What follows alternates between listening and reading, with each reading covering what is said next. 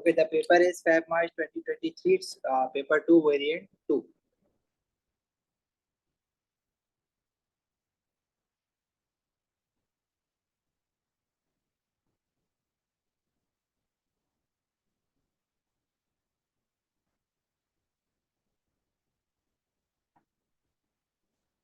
अच्छा जी, first question is the Pauling electronegativity values of an element can be used to predict the chemical properties of compounds. ठीक है जी, Pauling electronegativity values हमें basically क्या बताती हैं कि कौन सा एटम मोर इलेक्ट्रोनेगेटिव है, कौन सा लेस इलेक्ट्रोनेगेटिव है. On the basis of electronegativity, we can determine the dipoles over a molecule. और dipoles जब हमें पता लग जाते हैं तो हमें dipoles की वजह से reactivity भी अफेक्ट हो रहा होता है, केमिकल प्रॉपर्टीज भी अफेक्ट होती हैं, फिजिकल प्रॉपर्टीज भी अफेक्ट होती हैं. अब जैसे आपने ऑर्गेनिक में पढ़ा है कि न्यूक्लियोफाइल या इलेक्ट्रोफाइल या न्यूक्लियोफाइल जब अटैक कर रहा होता है पार्शियल पॉजिटिव कार्बन को, तो डिपेंड करता है कार्बन किसके साथ बॉन्डेड है. अगर मोर इलेक्ट्रोनेगेटिव एटम के साथ बॉन्डेड है तो उसके ऊपर डायपोल पॉजिटिव पार्शियल पॉजिटिव ज्यादा इंटेंसिटी वाला होगा, तो इजीली अटैक हो जाएगा न्यूक्लियोफाइल से. ये मतलब है इस बात का. अच्छा, इस क्वेश्चन में आपको इलेक्ट्रोनेगेटिविटी वैल्यूज गिवन है कुछ एलिमेंट्स की. फर्स्ट आयनाइजेशन एनर्जी गिवन है और सेकंड आयनाइजेशन एनर्जी गिवन है. फर्स्ट क्वेश्चन में he saying define electronegativity. Last class में भी हमने पेपर करते वक्त इसका आंसर लिखा था. It is the pulling power of an atom to pull the electrons towards itself. ठीक है.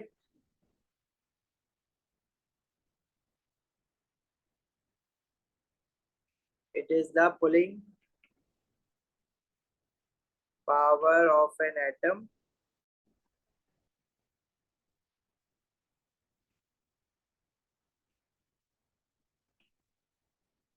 pull the electrons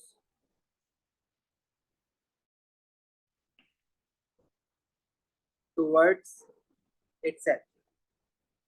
अच्छा, oxygen and sulphur are in group 16. Explain the difference in the Pauling electronegative values of oxygen and sulfur. Oxygen की जो electronegativity की value है वो ज्यादा है एज कम्पेयर टू सल्फर. और उसका रीजन क्या है? देखो, इलेक्ट्रोनेगेटिविटी डिपेंड, जो factors that can affect the electronegativities वो क्या होते हैं. हमारे पास न्यूक्लियर चार्ज ज्यादा होगा तो इलेक्ट्रोनेगेटिविटी ज्यादा होगी. और दूसरा है शील्डिंग इफेक्ट. शील्डिंग इफेक्ट ज्यादा होगा तो इलेक्ट्रोनेगेटिविटी कम हो जाएगी, क्योंकि न्यूक्लियस को आउटर शेल इलेक्ट्रॉन्स को अट्रैक्ट करना मुश्किल हो जाएगा. तो ऑक्सीजन का जो न्यूक्लियर चार्ज है वो 8 प्रोटॉन्स की वजह से, और सल्फर का जो न्यूक्लियर चार्ज है वो 16 प्रोटॉन्स की वजह से. तो clearly sulphur has a greater nuclear charge. However, electronegativity of sulphur is lesser. और उसका रीजन क्या है? क्योंकि sulphur atom has 3 shells, oxygen atom has 2 principal quantum shell. तो ऑक्सीजन में शील्डिंग इफेक्ट कम है, सल्फर में शील्डिंग इफेक्ट ज्यादा है. तो शील्डिंग इफेक्ट ज्यादा सिग्निफिकेंट इफेक्ट क्रिएट करता है as compare to nuclear pull या नंबर ऑफ प्रोटॉन्स. इसका आंसर कैसे लिखोगे? Although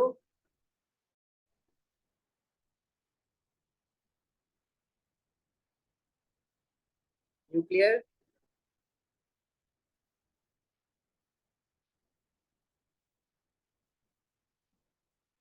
charge of oxygen is lesser, however shielding effect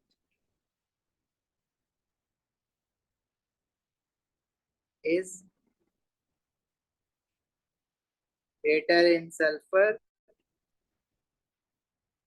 due to more shells, hence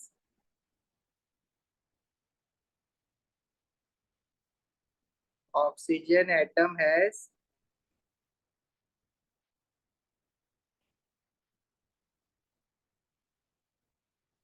greater nuclear attraction. Clear है? आगे बढ़े.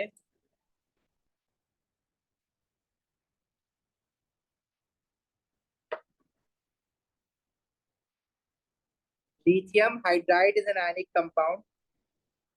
अगर ये इसको आयनिक कंपाउंड कह रहे हैं तो lithium must be losing electron और hydrogen must be gaining electron. तो लिथियम कैटाइन बनाएगा, हाइड्रोजन एनाइन बनाएगा। Draw the dot and cross diagram of lithium hydride. Ionic bonding बनानी है। लिथियम के पास टोटल इलेक्ट्रॉन्स होते हैं 3, 1s2 2s1। सेकंड शेल का जब वो 1 इलेक्ट्रॉन लूज करेगा तो जो फर्स्ट शेल है वो लास्ट शेल बन जाएगा। It has 2 electrons in its valence shell और इस पे जो चार्ज आ जाएगा वो +1 आ जाएगा। Hydrogen atom on the other hand has only 1 electron in its valence shell. वो एक इलेक्ट्रॉन उसका अपना था, एक इलेक्ट्रॉन जो है वो लिथियम से गेन कर लेगा। हाइड्रोजन का एक इलेक्ट्रॉन डॉट से बनाओगे, एक क्रॉस से बनाओगे। आप उसका खुद का इलेक्ट्रॉन क्रॉस से, लिथियम का डॉट से आ गया, तो माइनस चार्ज आ जाएगा। Suggest the shape of a molecule of H2S. H2S is just like water ना। तो सल्फर 2 बॉन्ड बनाता है और 2 हाइड्रोजन के साथ एक एक सिंगल बॉन्ड बनाएगा। सल्फर के वैलेंस शेल में इट हैज 6 इलेक्ट्रॉन, ग्रुप 16 का है। तो it has 2 bonded pairs and 2 lone pairs. और 2 बॉन्डेड पेयर और 2 लोन पेयर जो हमने शेप पढ़ा है वो हमने पढ़ा है non linear, band non linear. इसका पूरा नाम होता है बैंड नॉन लीनियर। बैंड 2 होते हैं हमारे पास, बैंड लीनियर और बैंड नॉन लीनियर। तो बैंड लीनियर को हम सिर्फ बैंड बोल सकते हैं, लेकिन बैंड नॉन लीनियर को सिर्फ बैंड नहीं कह सकते, उसका नाम नॉन लीनियर लिखते हैं हम लोग।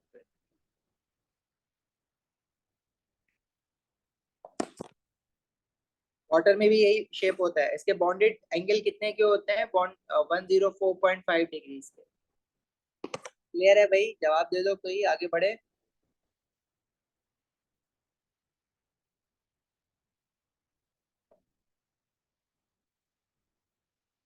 Right an equation to represent the first ionisation energy of hydrogen. तो फर्स्ट आयनाइजेशन एनर्जी क्या होती है? It is energy required to remove 1 mole of electrons from 1 mole of gaseous atom to produce 1 mole of gaseous positive ion. Hydrogen का left hand side पे gaseous atom होगा, right hand side पे positive gaseous ion होगा। Explain why there is no information given in table 1.1 for the second ionization energy of hydrogen. Hydrogen atom has only 1 electron. Second ionization energy कहाँ से आएगा उसका? Second electron होगा तो second ionization energy आएगा ना। Hydrogen atom has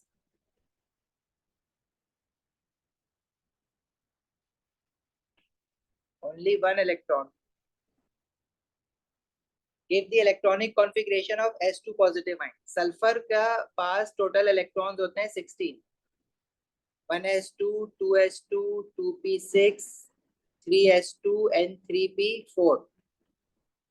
अगर वो कह रहे हैं इसके पास 6 पॉजिटिव 2 चार्ज है तो इसका मतलब है इसने 2 इलेक्ट्रॉन लूज किए हुए।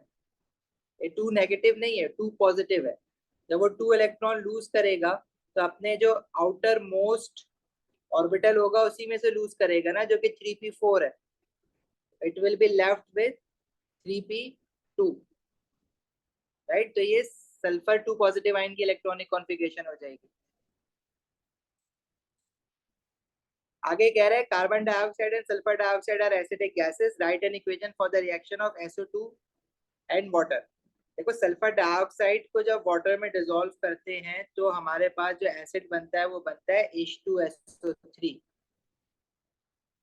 सल्फर ट्राइऑक्साइड को जब डिसॉल्व करोगे ना वाटर में तो एसिड बनता है H2SO4। H2SO4 को हम सल्फ्यूरिक एसिड भी कहते हैं। और बेसिकली हम लोग H2SO4 को ना सल्फर की ऑक्सीडेशन स्टेट देख के उसका नाम भी बता रहे होते हैं। ठीक है, ये बात हुई थी ना हमारी। और H2SO3 में सल्फर की ऑक्सीडेशन स्टेट क्या है? देखो H2SO4 में सल्फर की ऑक्सीडेशन स्टेट अगर हम निकालेंगे तो ये आ जाएगी -2 +6। तो सल्फ्यूरिक 6 एसिड कहते हैं इसको। और H2SO3 में सल्फर की ऑक्सीडेशन स्टेट निकालोगे तो सल्फाइड आयन होगा उसमें, वो आ जाएगी +4। तो इसको हम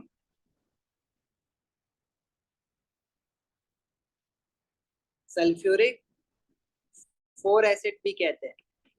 H2SO3 का एक और नाम है जो पुराने सिलेबस के हिसाब से चलता था, वो था सल्फ्यूरस एसिड। लेकिन अब जो है ना वो ऑक्सीडेशन स्टेट की टर्म्स पे नेमिंग की जाती है, तो इसको हम सल्फ्यूरिक 4 एसिड भी कह रहा होगा वो यूजुअली, और H2SO4 को सल्फ्यूरिक 6 एसिड कह रहा होगा। सही है, ये ध्यान में रखना बात। आप SO2 को पानी में डाल के H2SO4 नहीं बनाओगे, H2SO3 बनाओगे। फिर कह रहे हैं right an ionic equation of SO2 with sodium hydroxide. अब देखो सोडियम हाइड्रोक्साइड में जब सल्फर डाइऑक्साइड डालोगे तो अल्कली में वाटर तो होगा, तो सल्फर डाइऑक्साइड जो है वो डिसॉल्व होकर H2SO3 बनाएगा ना पहले। तो जो सॉल्ट बनेगा वो सोडियम सल्फाइड बनेगा, सोडियम सल्फेट नहीं बनेगा, Na2SO3 बनेगा सॉल्ट, साथ में वाटर। और अगर SO3 होता तो फिर जो इक्वेशन बनती वो Na2SO4 बनता, सोडियम सल्फेट एंड वाटर। ठीक है भाई, SO3 जो है वो सल्फाइड आइन है, SO4 2 नेगेटिव सल्फेट आइन। ये याद रखना है आपने, जो मॉलिक्यूलर आइंस की लिस्ट पढ़ी है ना उसमें मोल्स में। तो इस सॉल्ट का अगर आपसे नाम पूछा जाए तो ये होगा sodium sulphide with ITE in the and. Equation balance कर लेना, राइट हैंड साइड पे 2 सोडियम है तो 2 मोल्स ऑफ सोडियम हाइड्रोक्साइड लगाना पड़ेगा, बाकी बैलेंस हो जाएगी। नेक्स्ट पूछ रहा है construct N equation for the reaction of carbon dioxide, जो कि एक नॉन मेटल ऑक्साइड है, एसिडिक ऑक्साइड है, मैग्नीशियम हाइड्रोक्साइड एक अल्कली है, उसके साथ जब रिएक्ट करेगा तो कार्बन डाइऑक्साइड जो है ना पानी में डिसॉल्व होके कार्बोनिक एसिड बनाता है, H2CO3। तो जो सॉल्ट बनेगा वो बनेगा मैग्नीशियम कार्बोनेट MgCO3 और साथ में वाटर। अगर H2CO3 को भी रिएक्ट करवाओगे ना तो भी ये इक्वेशन बनेगी, बस बैलेंसिंग थोड़ी सी आपको देखनी पड़ेगी उसकी। लेकिन वो कह रहा है CO2 को रिएक्ट करवाना है, तो CO2 पहले पानी में डिसॉल्व होके H2CO3 बनाएगा, लेकिन आपने लिखना नहीं है H2CO3, आपने लिखना क्या है, कार्बन डाइऑक्साइड ही लिखना है रिएक्टेड साइड पे। और ये इक्वेशन जो है वो कार्बन डाइऑक्साइड और मैग्नीशियम हाइड्रोक्साइड वाली अगर आप देखो तो ये ऑलरेडी बैलेंस्ड है, तो आपको बैलेंसिंग के लिए कुछ नहीं करना है इसमें। ठीक है, प्रीवियस पेज कौन सा, फर्स्ट पेज कह रहे हो या ये वाला? वैसे ही मैं पेपर सॉल्व करके जो है वो ड्राइव पर अपलोड कर देता हूँ।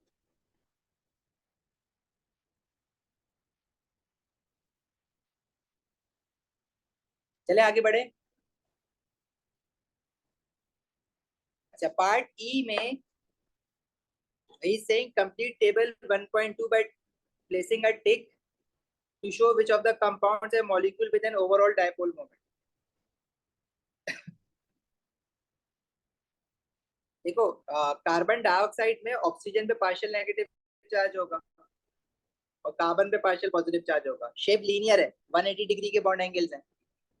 तो जो कार्बन से पॉजिटिव ऑक्सीजन की तरफ डायपोल बनेगा और दूसरे वाले ऑक्सीजन की तरफ डायपोल बनेगा, वो इक्वल एंड अपोजिट होंगे जो एक दूसरे को एग्जैक्टली कैंसिल आउट कर देते हैं। तो अगर मैं आपसे इसमें नेट डायपोल मोमेंट पूछूंगा तो वो 0 होगा, तो ओवरऑल डायपोल मोमेंट कुछ भी नहीं है इसमें।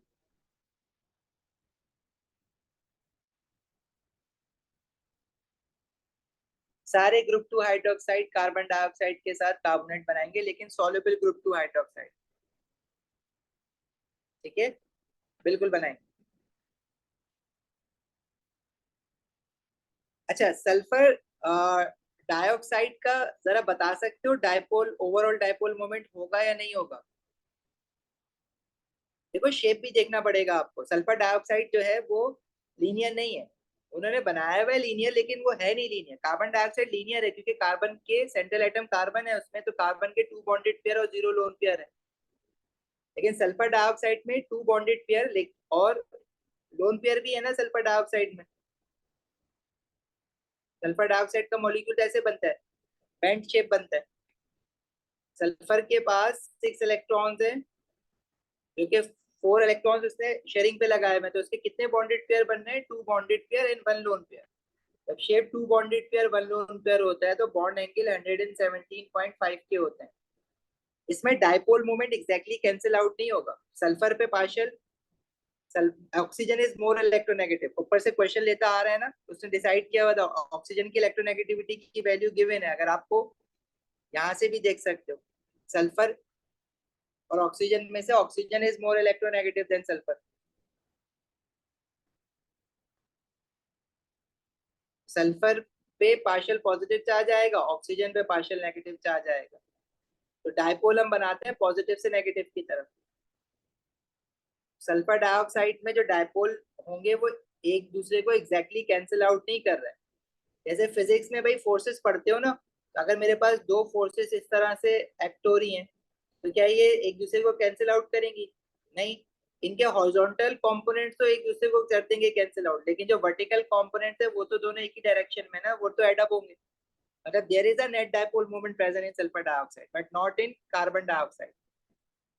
सिमिलरली CH2 जो है, अब इसमें भी सेंट्रल एटम कार्बन है ना, तो ये भी शेप लीनियर है। इसमें सल्फर इज मोर इलेक्ट्रोनेगेटिव। अगर नहीं समझ आता वाई सल्फर, सॉरी अगर आपको नहीं समझ आता कि कार्बन और सल्फर में से मोर इलेक्ट्रोनेगेटिव कौन है, तो उसने आपको ऊपर टेबल दिया हुआ है। सल्फर का जो इलेक्ट्रोनेगेटिविटी 2.6 है, कार्बन का 2.5 है, तो सल्फर इज मोर इलेक्ट्रोनेगेटिव। तो सल्फर के ऊपर पार्शियल नेगेटिव चार्ज आएगा, कार्बन पे पार्शियल पॉजिटिव चार्ज आएगा। Sulphur has a partial negative charges and carbon has a partial positive charge. इसमें भी जो है ना, net dipole moment exactly equal and opposite है, क्योंकि ये भी शेप लीनियर है। क्योंकि कार्बन के 2 बॉन्डेड पेयर है, कार्बन के बाद लोन पेयर तो बचेगा नहीं ना 4 बॉन्ड बनाने के बाद, तो 0 लोन पेयर। तो शेप लीनियर है, और लीनियर शेप में दोनों जो डाइपोल्स हैं वो एक दूसरे को एग्जैक्टली अपोज कर रहे हैं। और इक्वल क्यों है? क्योंकि सेम बॉन्डेड एटम्स है ना, कार्बन के राइट साइड पे भी सल्फर है, लेफ्ट साइड पे भी सल्फर है, तो डाइपोल मोमेंट की वैल्यू इक्वल है और एग्जैक्टली अपोजिट है, तो कैंसिल आउट कर देंगे। तो नेट डाइपोल या ओवरऑल डाइपोल मोमेंट 0 है इसमें भी। लास्ट मॉलिक्यूल है, उसमें आप लोग बता दो कि नेट डाइपोल मोमेंट 0 होगा या नहीं होगा। इसमें भी शेप लीनियर है देखो, क्योंकि सेंट्रल एटम कार्बन है, 4 बॉन्ड बनाए हुए, लेकिन राइट साइड पे जो बॉन्ड बना हुआ है उसमें ऑक्सीजन है। ऑक्सीजन सल्फर से ज्यादा इलेक्ट्रोनेगेटिव है, तो जो कार्बन सल्फर का डायपोल होगा उसकी वैल्यू छोटी होगी, लेकिन कार्बन ऑक्सीजन के डायपोल की वैल्यू बड़ी होगी। एग्जैक्टली अपोजिट तो है इसमें डायपोल, लेकिन इक्वल नहीं है। और जब इक्वल नहीं है तो एग्जैक्टली कैंसिल आउट तो नहीं करेंगे ना एक दूसरे को। तो जो नेट डायपोल मोमेंट होगा वो राइट साइड पर होगा, मतलब राइट साइड पर रिजल्टेंट फोर्स या रिजल्टेंट डायपोल आएगा। तो इसमें भी ओवरऑल डायपोल मोमेंट की वैल्यू नॉन जीरो नहीं होगी, कुछ ना कुछ, मतलब नॉन जीरो होगी, कुछ ना कुछ वैल्यू होगी, जीरो नहीं हो सकती।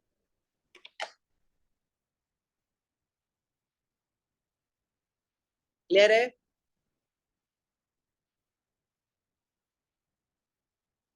ओके। बिल्कुल, ईद के बाद भी क्लासेस होंगी। कमिंग वीक का स्केड्यूल मैं आपको भेज दूंगा। ट्यूसडे तक तो हम करेंगे क्लासेस, उसके बाद देखते हैं। किसी की ईद आई थिंक वेंसडे या ट्यूसडे में से ईद स्टार्ट हो जाएगी ना, वो हम देख लेते हैं। खैर, स्केड्यूल तो मैं भेज दूंगा।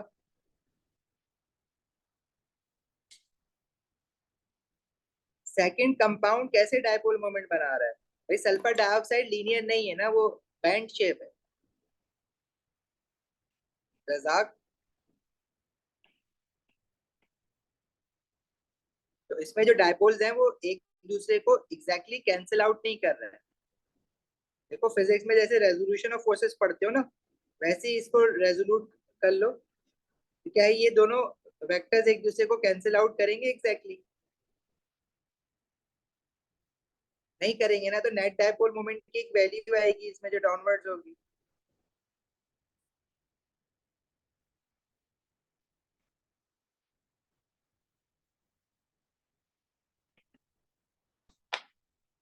क्लियर है?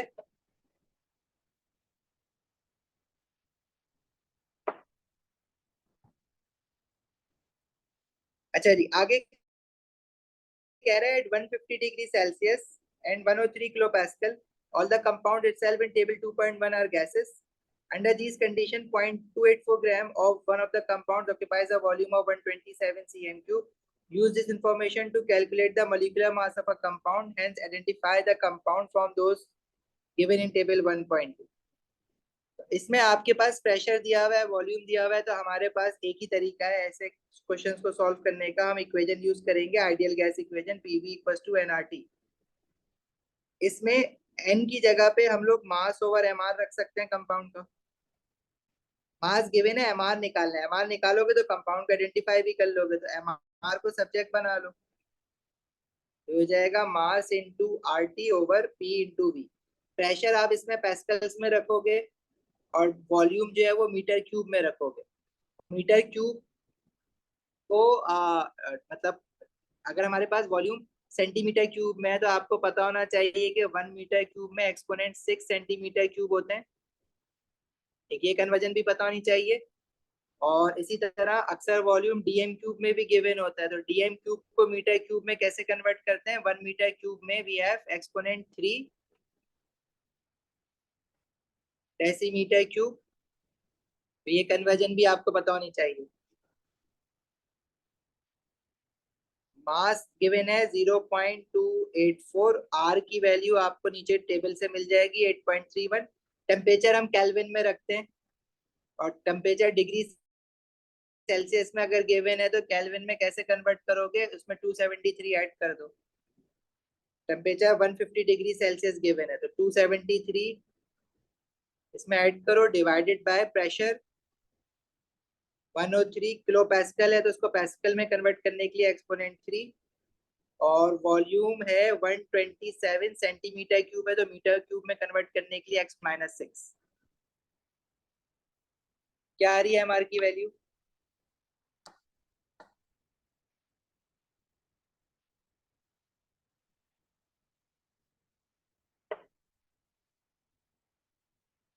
$76.3। अब इस टेबल में कौन से कंपाउंड का एमआर 76.3 बन रहा है उसकी आइडेंटिफिकेशन हो जाएगी। कार्बन डाइऑक्साइड तो 44 होता है, सल्फर डाइऑक्साइड 64 है, तो ये जो बाकी के दो कंपाउंड है इसमें निकाल लो। CH2 का बन रहा है 76, और ये CSO का बन रहा है 60, तो ये CH2 हो गया हमारे पास। कार्बन डाइसल्फाइड कहते हैं इसको। क्लियर है भाई? आगे बढ़े।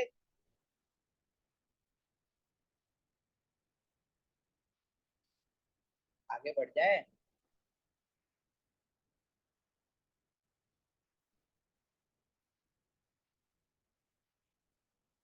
Okay, the group 2 elements, magnesium to barium, are all silvery white reactive metals. Draw a label diagram to show the bonding and structure of group 2 metals at room temperature. Metals में जो bonding होती है वो metallic bonding होती है। मुझे metallic bonding समझ नहीं आ रहा क्यों गलत बना रहे हो एग्जाम में। सिंपल सा आपको काम क्या करना है, you have to draw metal positive ions surrounded by sea of delocalise electrons.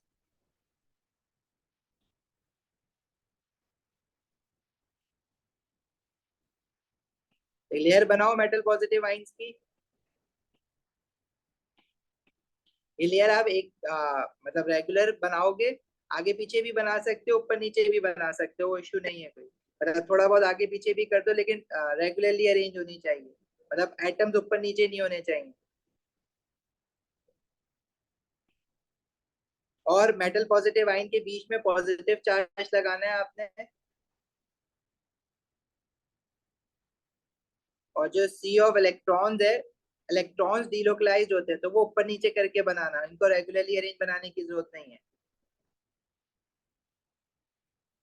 और लेबलिंग जरूर कर देना।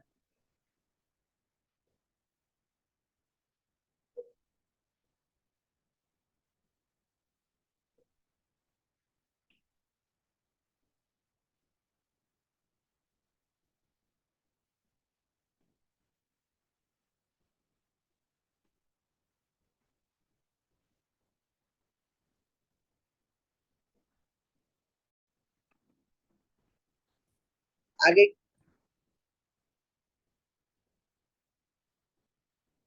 रजाक कर सकते हो मोल्स निकाल के, फिर आपको निकालना तो एमआर था ना, तो फिर आप मोल्स का फॉर्मूला लगाओगे मास ओवर एमआर, तो मैंने उसी फॉर्मूला में उसको पुट कर दिया। आगे कह रहा है explain why magnesium has a higher electrical conductivity than sodium, क्योंकि मैग्नीशियम के valence sea of delocalised electrons ज्यादा होते हैं, क्योंकि each magnesium atom contributes 2 electrons in a sea of delocalised electrons. Magnesium has मोर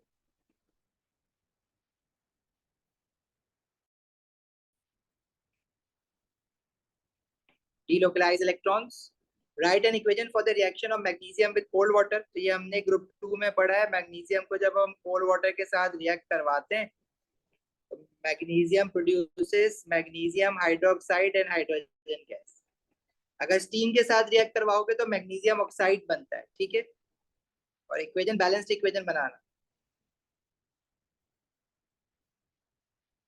चलें भाई आगे बढ़ते जाएं। Identify a single region that can be used to distinguish between samples of magnesium nitrate and barium nitrate। Magnesium nitrate में जो ion है वो magnesium ion है, और बेरियम नाइट्रेट में जो आयन है वो बेरियम 2 पॉजिटिव आयन। तो ये प्रेसिपिटेशन करके हम पता लगा सकते हैं। अगर हम इसमें क्या कहते हैं वो डाल दें sulphuric acid, H aqueous sulphuric acid, तो सल्फ्यूरिक एसिड के साथ डिस्प्लेसमेंट रिएक्शन होगा, मैग्नीशियम बनाएगा मैग्नीशियम सल्फेट, और बेरियम बनाएगा बेरियम सल्फेट। बेरियम सल्फेट एक इनसॉल्युबल सॉल्ट है, क्योंकि solubility of group 2 metal sulphates decreases down the group. Barium sulphate जो होता है वो इनसॉल्युबल होता है, और मैग्नीशियम सल्फेट जो होता है वो सॉल्युबल होता है। और आपको पता कैसे चलेगा कि बेरियम किस में है, जिसमें व्हाइट पीपीटी आएंगे। एक्सप्लेनेशन क्या है, because barium sulphate produced is an insoluble salt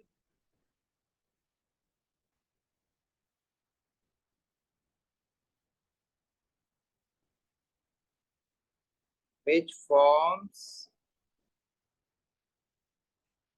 white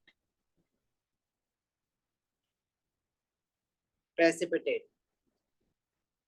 alternatively यही टेस्ट हम लोग सोडियम हाइड्रोक्साइड के साथ भी कर सकते हैं। अगर हम सोडियम हाइड्रोक्साइड डालेंगे मैग्नीशियम नाइट्रेट, तो मैग्नीशियम हाइड्रोक्साइड बनेगा। आप लैब में टेस्ट फॉर आयन जब करते हो तो सोडियम हाइड्रोक्साइड के साथ कर रहे होते हो usually.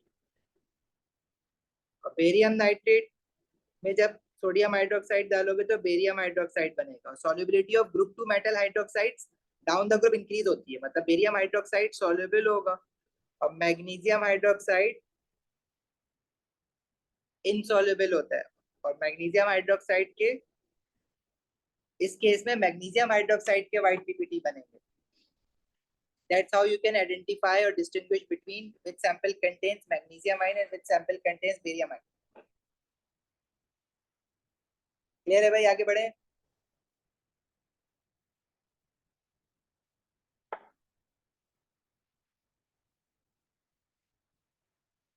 Describe what is observed when strontium iodide reacts with concentrated sulfuric acid। अच्छा, आयोडाइड आयन का ग्रुप 17 में हमने रिएक्शंस पढ़े थे ना। आयोडाइड आयन जब रिएक्ट करता है सल्फ्यूरिक एसिड के साथ, तो सल्फ्यूरिक एसिड जो है वो एज अ पहले तो एज अ एसिड काम करता है। हमने रिएक्शन पढ़े थे सोडियम आयोडाइड के साथ। सोडियम आयोडाइड के साथ सल्फ्यूरिक एसिड पहले एज अ एसिड काम करेगा, और सोडियम हाइड्रोजन सल्फेट और हाइड्रोजन आयोडाइड बनाएगा, जिसके व्हाइट फ्यूम्स बनते हैं।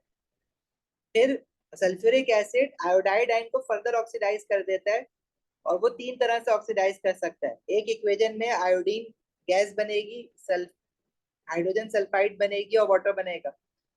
इसी तरह सल्फ्यूरिक एसिड जो है वो कुछ हाइड्रोजन आयोडाइड मॉलिक्यूल्स में से आयोडाइड आयन को ऑक्सीडाइज करके आयोडीन गैस, सल्फर और वाटर बनाएगा। इसी तरह कुछ में वो आयोडीन, सल्फर डाइऑक्साइड और वाटर बनाएगा। तो आपको ये तीनों इक्वेशन याद होनी चाहिए for sodium iodide and potassium iodide. Strontium iodide के लिए इक्वेशन हमने नहीं बनाई है, मतलब ग्रुप 2 मेटल आयोडाइड के लिए इक्वेशंस नहीं बनाई है, आपको बनानी भी नहीं पड़ेगी, लेकिन आपको ऑब्जर्वेशन याद होनी चाहिए। किस सेल H2S बनेगा तो उसका बैड एक्समेल है या रोटेन एक्समेल है। व्हाइट फ्यूम्स बनेंगे हाइड्रोजन आयोडाइड के पहले, और आयोडीन वेपर फॉर्म में बनेगा तो उसके पर्पल वेपर्स हैं। सल्फर डाइऑक्साइड कलरलेस है तो ऑब्जर्वेशन में आएगी नहीं। ठीक है, तो यहाँ पे आपको 2 मार्क्स के लिए कोई 2 ऑब्जर्वेशन लिखनी है, तो आप इसमें क्या क्या लिख सकते हो? व्हाइट फ्यूम्स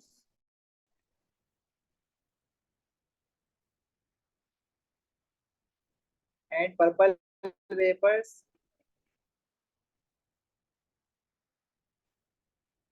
पर्पल वेपर्स किसके हैं? आयोडीन के। व्हाइट फ्यूम्स किसके हैं? हाइड्रोजन आयोडाइड के। लिखना नहीं है, मैं रिकॉल करवा रहा हूँ बस। इसी तरह सल्फर जब बना था तो सल्फर येलो सॉलिड है,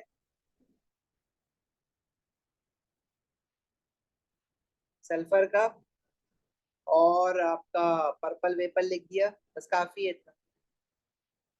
और रोटेन एक्स स्मेल या बैड एक्स स्मेल भी लिख सकते हो,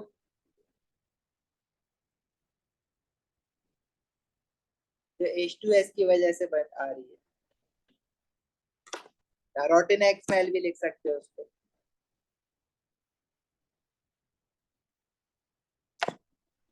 ठीक है जी, ओके।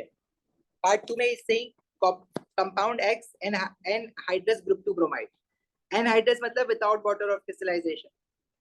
अगर कंपाउंड एक्स ब्रोमाइड के साथ ग्रुप 2 का मेटल आइन है, और अगर ब्रोमाइड के साथ बॉन्ड बनाएगा तो आयनिक बॉन्ड होगा। इसका फॉर्मूला क्या होगा? XBr2। मुझे एक्स नहीं पता कौन सा मेटल है, लेकिन फॉर्मूला मुझे पता है XBr2 बनेगा।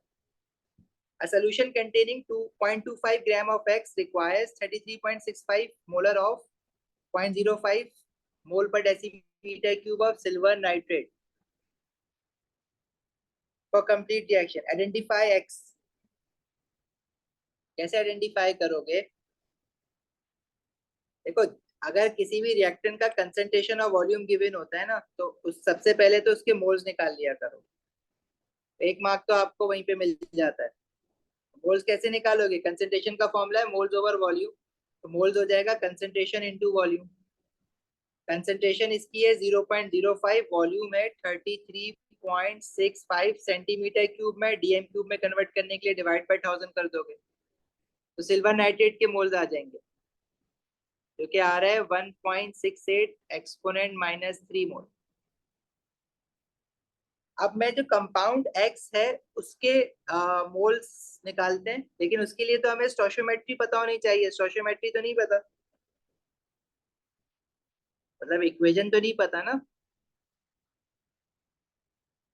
अगर मैं आपसे कहूँ कि मोल्स ऑफ एक्स पता लगाओ, और जब मोल्स पता लग जाएंगे एक्स के, तो उससे हम उसका एमआर निकाल लेंगे, क्योंकि मास तो गिवन है। लेकिन अगर मैं इसका रिएक्शन इक्वेशन आपसे पूछूं इन टर्म्स ऑफ एक्स, तो XBr2 आप रिएक्ट करवा रहे हो सिल्वर नाइट्रेट के साथ। तो सिल्वर नाइट्रेट किस लिए यूज होता है? ब्रोमाइड आयन की टेस्टिंग, या क्लोराइड या आयोडाइड आयन की टेस्टिंग। तो वो सिल्वर ब्रोमाइड बनाएगा, और जो मेटल एक्स है वो पे नाइट्रेट आयन के साथ बॉन्ड बना लेगा, तो वो एक्स NO3 2 हो जाएगा। नाइट्रेट आयन NO3 - 1 होता है ना। जब इसको बैलेंस करोगे तो सिल्वर नाइट्रेट के साथ 2 मोल लगाना पड़ेगा, और सिल्वर ब्रोमाइड के साथ 2 मोल लगाना पड़ेगा। मतलब इस इक्वेशन के हिसाब से वी कैन सी के 1 मोल ऑफ कंपाउंड एक्स जो है, it requires 2 mole of silver nitrate. अभी सिल्वर नाइट्रेट के कितने मोल्स आए हमारे पास? 1.68 एक्सपोनेंट -3 मोल। तो एक्स ब्रोमाइड के कितने मोल्स होंगे? डिवाइड बाय 2 कर दो। ठीक है, तो जो कंपाउंड एक्स है उसके मोल्स पता लग गया। कंपाउंड एक्स का मास गिवन है, तो उसमें जब मास ओवर एमआर का फॉर्मूला लगाओगे तो उसका एमआर निकाल लेते हैं। मास गिवन है 0.25 ग्राम, और उसके मोल जो आ रहे हैं वो आ रहे हैं 1.68 एक्सपोनेंट -3 डिवाइडेड बाय 2।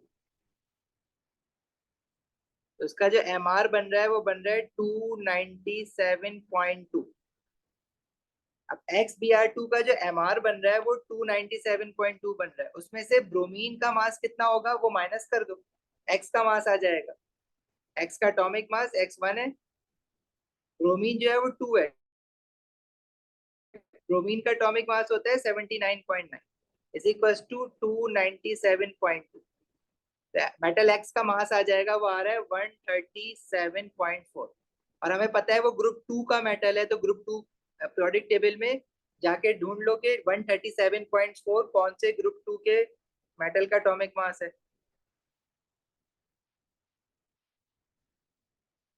बेरियम का है सबसे क्लोज 137.3, तो मतलब ये जो मेटल एक्स है वो क्या है, बेरियम है।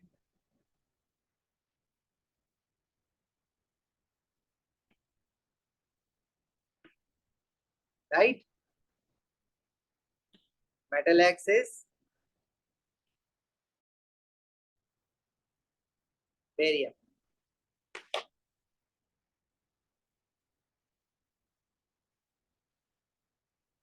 क्लियर है यहाँ तक?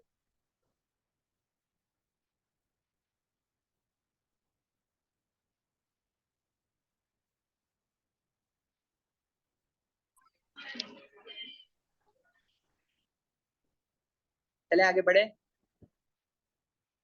आगे कह रहे हैं alkenes undergo an addition reaction with one one mixture of carbon monoxide and hydrogen. देखो ये क्वेश्चन अच्छा है, थोड़ा सा डिफरेंट क्वेश्चन है।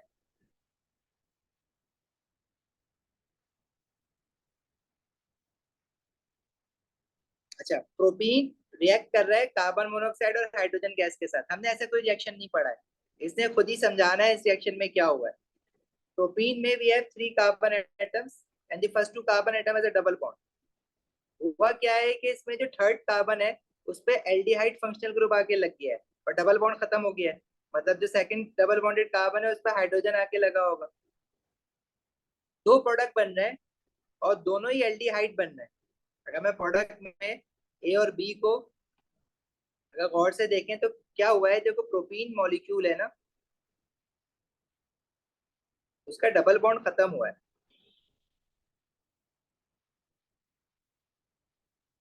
मतलब इलेक्ट्रोफिलिक एडिशन हुई है समहाउ इसके अंदर। और जो डबल बॉन्डेड कार्बन है ए में, पहले डबल बॉन्डेड लास्ट वाला जो डबल बॉन्डेड कार्बन है उस पे एल्डिहाइड लगा है और दूसरे वाले पे हाइड्रोजन लगा होगा।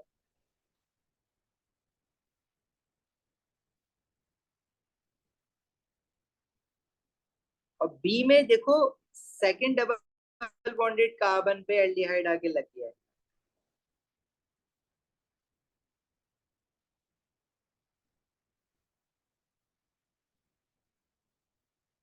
हाँ, ए और बी मेजर माइनर प्रोडक्ट के रिस्पेक्ट से देखोगे, अगर मैं पूछूं इसमें मेजर कौन सा है माइनर कौन सा है, तो हाइड्रोजन पहले से किस कार्बन पे अटैच्ड है, ज्यादा डबल बॉन्डेड कार्बन पे, फर्स्ट वाले पे।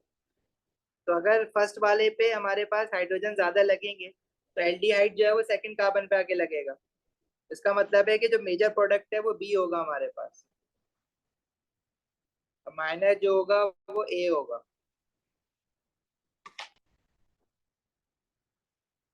देखो hydrogen first double bonded carbon पे ज्यादा है ना, तो ज्यादा हाइड्रोजन वहां पे आके लगेंगे, मार्कov निकॉव।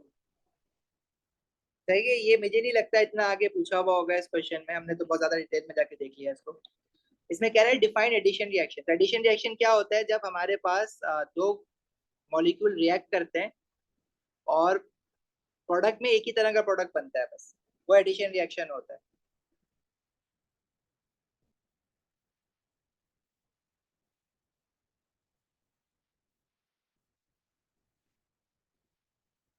व्हेन टू और more compounds react to form a single product। ठीक है, aldehydes A and B are structure isomers. Name the type of structure isomers shown by A and B. अब ए और बी में देखो एल्डिहाइड की position different है ना, पहले में वो फर्स्ट कार्बन पे, दूसरे में वो सेकंड कार्बन पे। तो ऐसे आइसोमर जिसमें फंक्शनल ग्रुप की पोजीशन आप चेंज करते हो उनको हम क्या कहते हैं, these are positional isomers. Right. फिर आपसे कह रहे हैं नेम ए। ए जो है वो 4 कार्बन एटम्स वाला एल्डिहाइड है, स्ट्रेट चेन है, तो क्या होगा, ब्यूटेनल।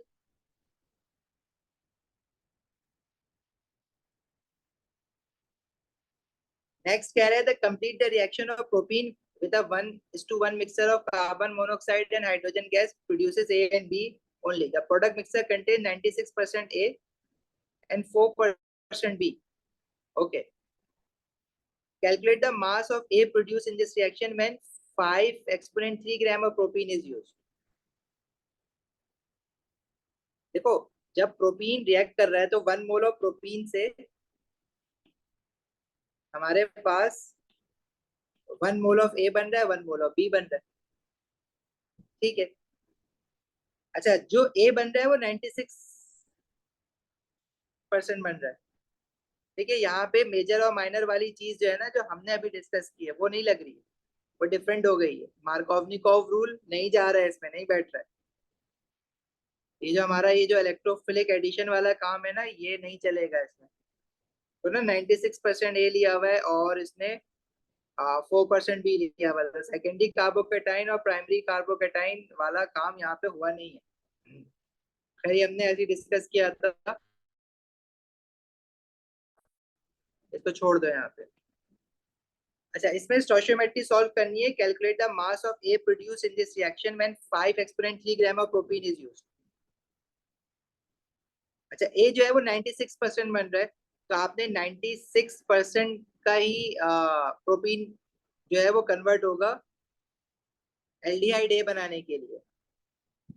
तो इसमें स्टोइचियोमेट्री लगानी पड़ेगी भाई। प्रोपीन का जो फॉर्मूला है वो क्या है, C3H6।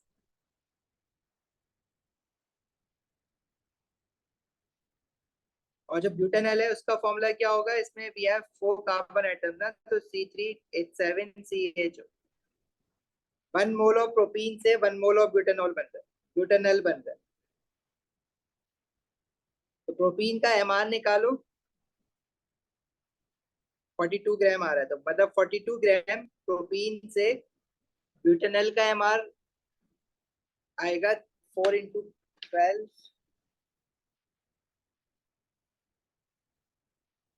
72।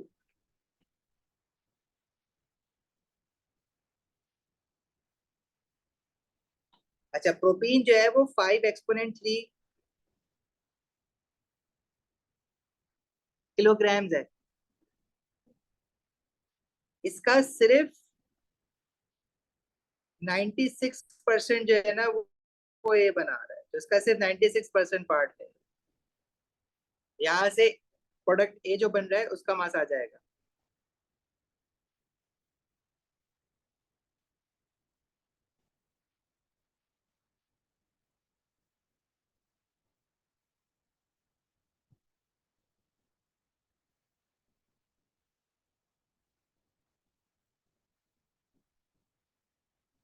हमेशा एडिशन रिएक्शन में एक ही प्रोडक्ट मिलता है, इतना आंसर बताओगे तो क्या आ रहा है।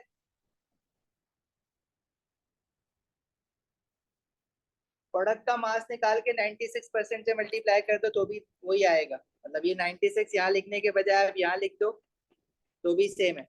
और देखो, मैंने केजी को ग्राम में कन्वर्ट भी नहीं किया है, क्योंकि मैं अगर केजी को ग्राम में कन्वर्ट करने के लिए मल्टीप्लाई बाय 1000 करूंगा, क्योंकि फाइनल आंसर किलोग्राम में मांग रहा है, तो फिर एक्स को भी डिवाइड बाय 1000 करना पड़ेगा। तभी जो है वो 1000 दोनों जगह करना है, तो मैंने वो लिखा नहीं है।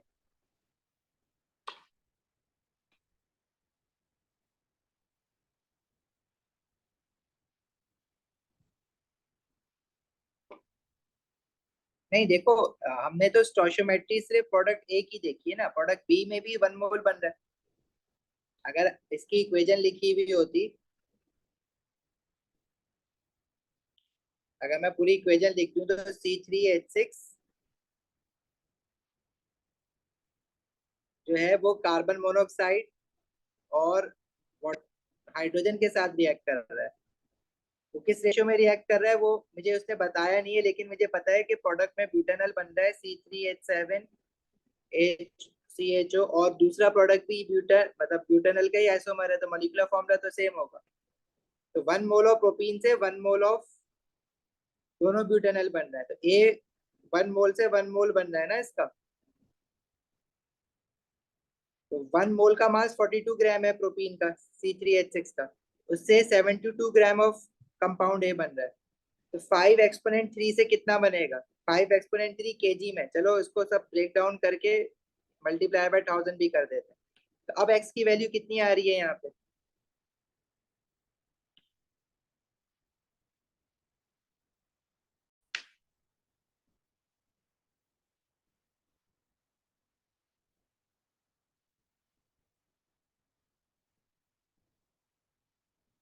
96% हटा देता हूँ, प्रोडक्ट साइड पे कर लेते हैं इसको।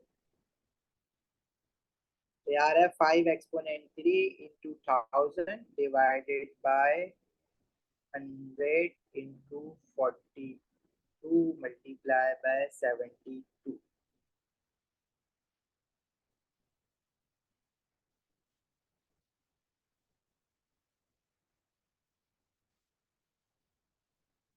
ये आ रहा है हमारे पास 85.7 एक्सपोनेंट 3 ग्राम्स। अब अगर इसका 96%, मतलब अगर 5 एक्सपोनेंट 3 केजी प्रोटीन पूरा का पूरा तो कन्वर्ट नहीं हुआ है ना, उसमें से 100% कन्वर्ट करोगे तो 85.7 है, लेकिन प्रोटीन का सिर्फ 96% पार्ट जो है वो कंपाउंड ए बना रहा है, बाकी का 4% बी बना रहा है। तो अगर मैंने कंपाउंड ए 100% से निकाल दिया है, तो उसका सिर्फ 96% ले लो जो कि बनेगा एक्चुअल में।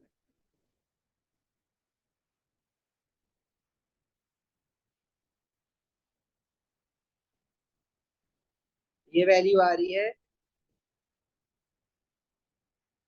82.28 एक्सपोनेंट 3।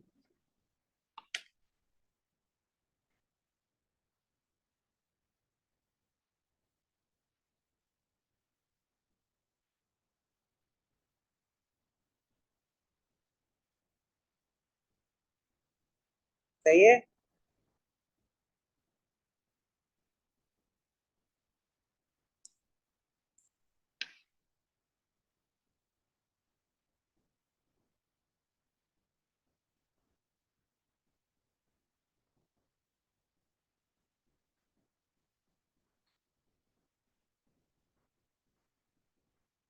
आगे बढ़े। फाइनल आंसर क्या बन रहा है? 8228.57। 8228.57, तो उसको हम थोड़ा सा राउंड ऑफ करके 8230 ले लेते हैं।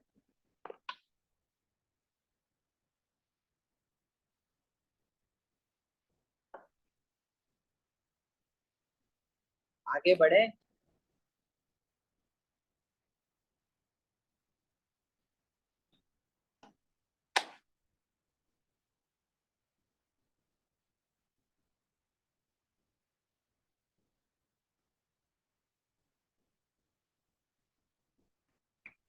समझ आ गई है स्टोइचियोमेट्री रहमा?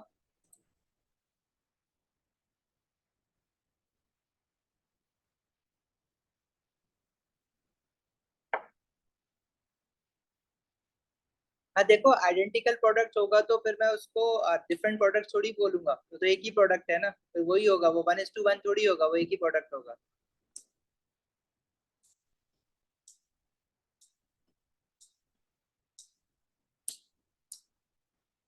Thought process. बहुत मुश्किल चीज पूछी है तुमने रजाक, चलो बात करते हैं जरा इस पे। अच्छा जी, पार्ट बी में is saying A and B show reactions typical of aliphatic aldehydes. Aliphatic aldehyde क्या होते हैं? Straight chain aldehyde. हम लोग एस में स्ट्रेट चेन ही पढ़ रहे हैं ज्यादातर। A undergoes a nucleophilic addition reaction with a mixture of hydrogen cyanide, potassium cyanide, forming a compound C. Complete the diagram to show the mechanism for this reaction. Nucleophilic addition का reaction mechanism किसके साथ बनाना है? Cyanide ion के साथ। सारे dipoles दिखाओगे, charges, lone pairs of electron and curly arrows. अब cyanide ion जो होगा उस पे न्यूक्लियोफाइल होता है, उस पे कार्बन पे लोन पेयर दिखाते हैं, और जो कार्बन ऑक्सीजन बॉन्ड है, कार्बन पे पार्शियल पॉजिटिव, ऑक्सीजन पे partial negative charge. Cyanide ion जो है वो अटैक करेगा पार्शियल पॉजिटिव कार्बन को, कार्बन ऑक्सीजन को इलेक्ट्रॉन देगा। जो इंटरमीडिएट बनता है हमारे पास, उसमें ऑक्सीजन पे नेगेटिव चार्ज आ जाता है और एक लोन पेयर और एक नेगेटिव चार्ज दिखाते हैं इस पे। साइनाइड आयन ऐड हो जाएगा, और जो C3H7 है वो वैसा का वैसे ही रहेगा। फिर क्या होता है, जो ऑक्सीजन पे नेगेटिव आयन बना है ये क्या करता है, अगर इसको कोई H पॉजिटिव आयन सोल्यूशन में होता है या हाइड्रोजन साइनाइड होता है तो उस मॉलिक्यूल को तोड़ के H पॉजिटिव आयन को अपने साथ लगाता है। तो अब आपकी यहाँ पे मर्जी होती है कि अगर आप H पॉजिटिव आयन दिखा दो, या अगर आप हाइड्रोजन साइनाइड मॉलिक्यूल दिखा रहे हो पूरा तो उसमें भी कर्ली एरोज आपने बनाने हैं, मतलब साइनाइड पे पार्शियल नेगेटिव, हाइड्रोजन पे पार्शियल पॉजिटिव। हाइड्रोजन साइनाइड के बीच में जो कोवलेंट शेड पेड है वो साइनाइड की तरफ जाएगा और ऑक्सीजन जो है वो H पॉजिटिव आयन पे अटैक करेगा, और हाइड्रोजन जो है वो ऑक्सीजन के साथ लग जाएगा, OH बना लेगा, और CN नेगेटिव आयन उसका अलग हो जाएगा। फिर यहाँ पे अगर आप सिर्फ H पॉजिटिव आयन दिखाना चाह रहे हो तो डायरेक्टली अटैक कर दोगे उसको, दोनों एक्सेप्टेबल है। ठीक है, इसमें मार्किंग बहुत स्ट्रिक्ट होती है क्योंकि इसने इंस्ट्रक्शन बहुत ज्यादा दी हुई है। अगर आपने ये दो लोन पेयर नहीं दिखाए ऑक्सीजन और साइनाइड के तो 1 मार्क चला जाएगा आपके। ऑक्सीजन पे अगर नेगेटिव चार्ज और साइनाइड पे नेगेटिव चार्ज नहीं दिखाया तो 1 मार्क चला जाएगा। 1 मार्क इंटरमीडिएट सही बनाने का और 1 मार्क डायपोल्स और कर्ली एरोज बनाने का है। आगे कह रहे हैं table 3.1 shows information about 3 experiments involving B. अब बी के बारे में उसने कुछ बताया नहीं है, बस इतना पता है बी जो है वो एल्डिहाइड है। ठीक है, और स्ट्रेट चेन एल्डिहाइड है, राइट। और कुछ अ, और कुछ फिलहाल उसने शोज इंफॉर्मेशन अबाउट 3 ये सब बताया हुआ है, और कुछ नहीं बताया हुआ।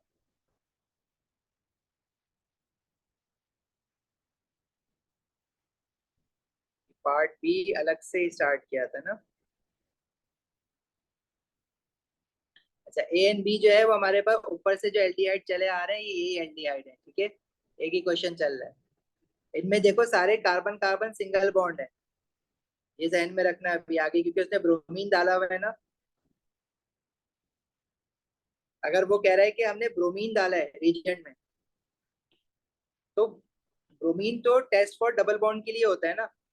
Carbon carbon double bond, carbon carbon double bond तो है ही नहीं, तो ऑब्जर्वेशन बी के साथ क्या होगी, नो रिएक्शन या no change. Bromine orange colour की, एक्वस ब्रोमीन ऑरेंज कलर की रहेगी, या स्टेज ऑरेंज।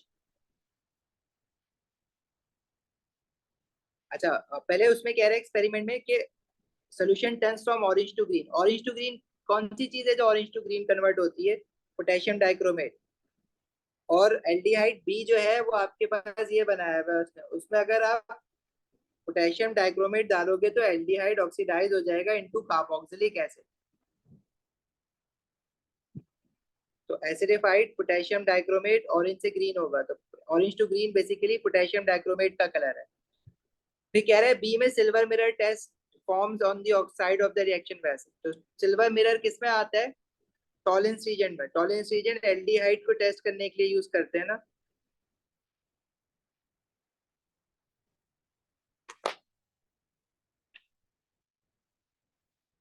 ठीक है, आगे बढ़े।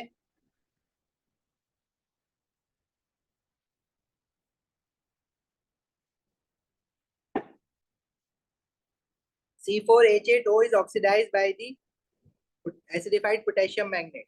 पोटेशियम मैग्नेट भी ऑक्सीडाइजिंग एजेंट है। अब ये C4H8O जो है वो क्या कहते हैं, उसका मॉलिक्यूलर फॉर्मूला लिख दिया, मतलब हमें पता है इसमें भी है 1 2 3 4 carbon atoms, 1 2 3 4 5 6 7 8 hydrogen and 1 oxygen. कह रहे इक्वेशन लिखो। ऑक्सीडाइजिंग एजेंट को हम इक्वेशन में ऑक्सीजन से ऐसे शो करते हैं ना, ब्रैकेट लगा के, नेसेंट ऑक्सीजन जिसका नाम पड़ा था। तो इसमें ये बेसिकली क्या बना रहा है, कार्बोक्सिलिक एसिड बनाएगा। कार्बोक्सिलिक एसिड बनाएगा तो हमारे पास जो एल्डिहाइड फंक्शनल ग्रुप है वो कार्बोक्सिलिक में कन्वर्ट हो जाएगा, तो एक ऑक्सीजन बढ़ जाएगा बस। OH, H की जगह पे OH आ जाता है। कार्बन जो है वो 4 रहेंगे, हाइड्रोजन 8 रहेंगे, लेकिन ऑक्सीजन 2 हो जाएंगे। और एक ऑक्सीजन 1 मोल ऑफ ऑक्सीजन यहाँ पे ऑक्सीडाइजिंग एजेंट के साथ रहेगा। ठीक है। निस्मा ब्रोमीन जो है वो एल्कीन्स के टेस्ट के लिए यूज होती है, एक्वस ब्रोमीन, जो कि ब्रोमीन डीकलराइज हो जाती है। इसके अलावा ब्रोमीन जो है वो फिनॉल्स के लिए यूज होती है, लेकिन फिनॉल्स हम एएस में नहीं पढ़ते हैं, वो हम A2 में पढ़ते हैं। तो इसमें वो फिनॉल्स को कंसिडर नहीं कर रहा होता। अदरवाइज ब्रोमीन हमारे लिए टेस्ट फॉर एल्कीन्स के लिए ही है एएस में। ठीक है, आगे बढ़े, समझ आ गई है इक्वेशन?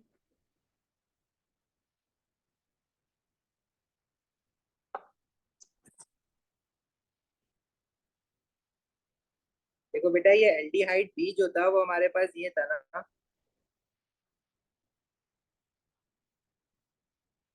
एल्डिहाइड ऊपर वाले कार्बन पे एल्डिहाइड फंक्शनल ग्रुप है।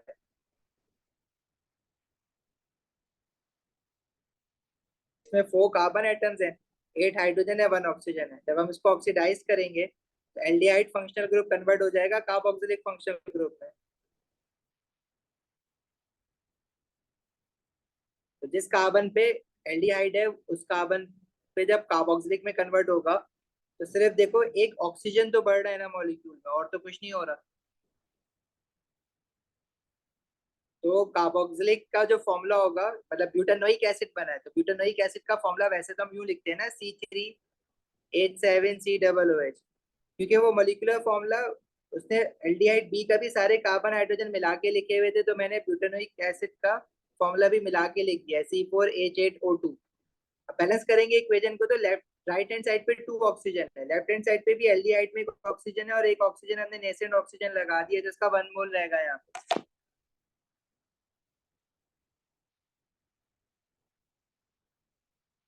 ठीक है, बी का स्ट्रक्चर हमें गिवन था ऊपर, पता नहीं चला।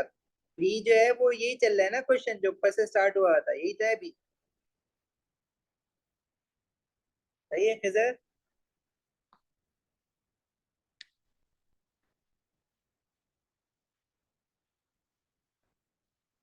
चलो, पार्ट सी में इसने एक नाइट्राइल दिया हुआ है, हाइड्रोक्सी नाइट्राइल दिया हुआ है, मतलब CN फंक्शनल ग्रुप भी है और OH भी है।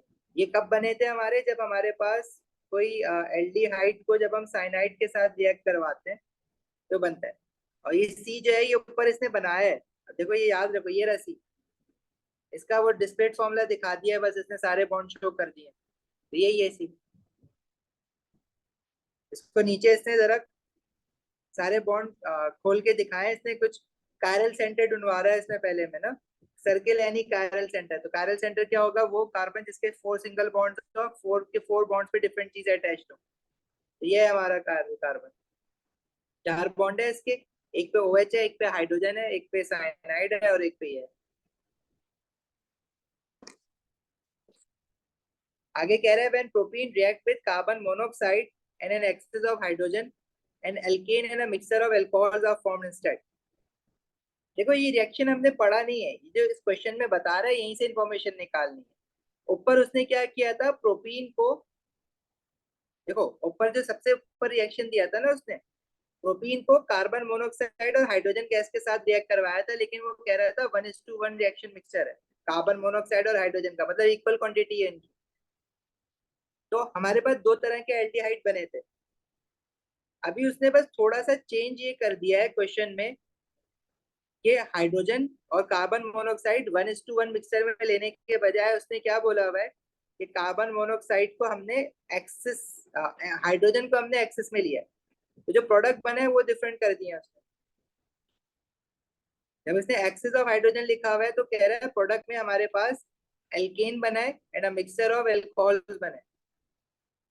मिक्सचर ऑफ एल्कोहल में देखना पड़ेगा कौन सा एल्कोहल है, आगे क्वेश्चन पढ़ते हैं क्या कह रहा है। The alcohols are isomers of each other, मतलब अल्कोहल मिक्सचर ऑफ अल्कोहल बना है, मतलब एक से ज्यादा अल्कोहल बना है। और आइसोमर्स है तो मोलिकुलर फॉर्मूला तो सेम होंगे उनके। अच्छा, suggest the molecular formula of the alkane and the alcohols that are formed during these conditions। अब जो एल्केन बनेगा, प्रोपीन से जो एल्केन बनेगा वो प्रोपेन बनेगा, C3H8। और जो अल्कोहल बनेगा वो क्या बनेगा वो देखना है जरा। अब देखो इसमें इसने हमें ये चीज कार्बन मोनोऑक्साइड और हाइड्रोजन, तो जब हाइड्रोजन रिएक्ट करेगा सिर्फ प्रोपीन के साथ तो सिंपल इलेक्ट्रोफिलिक एडिशन होगी, मार्जरीन मेकिंग वाला जो रिएक्शन था, हाइड्रोजनेशन ऑफ एल्कीन, तो उससे एल्केन बनेगा, समझ आता है। लेकिन कार्बन मोनोऑक्साइड समहाउ इसके साथ रिएक्ट करके अल्कोहल भी बना रहा है। तो कार्बन मोनोऑक्साइड अकेला तो नहीं है, कार्बन के साथ ऑक्सीजन भी है। मतलब नंबर ऑफ अल्कोहल जब बनेगा तो नंबर ऑफ कार्बन एटम भी इंक्रीज होंगे, क्योंकि जब एल्डिहाइड बना है तो भी number of carbon atom increase हुए ना। तो ये बात शो कर रही है कि कार्बन अकेला जाके ऐड नहीं हो रहा है, वो कार्बन अपने ऑक्सीजन के साथ जाके ऐड हो रहा है। तो देखो, जब प्रोटीन से एल्डिहाइड बना है तो 4 कार्बन एटम वाला एल्डिहाइड बना है।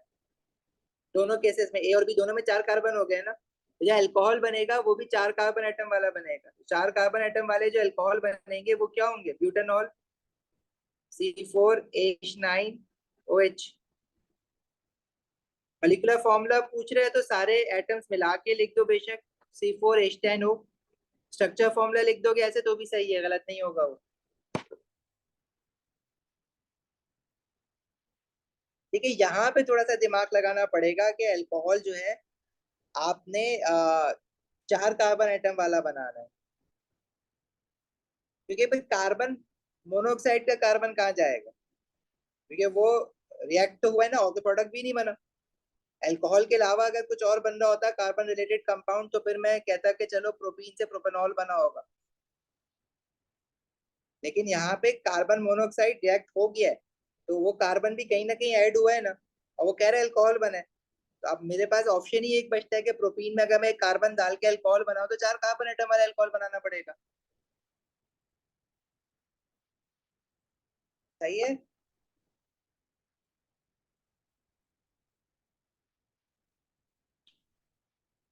समझ आई ये बात? आगे बढ़ूं? नेक्स्ट कह रहे थे reaction of ethene with 1:1 mixture of carbon monoxide and hydrogen is shown in equation 1।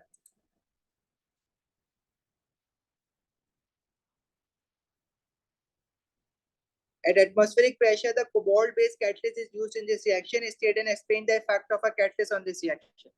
Catalyst डालने से rate of a reaction increase होता है because catalyst provides an alternative pathway with a lower activation energy. लिख लोगे definition? छोड़ दूं? Last paper में भी हमने लिखी थी I think. Catalyst increases the rate of a reaction by providing an alternative reaction pathway with a lower activation energy.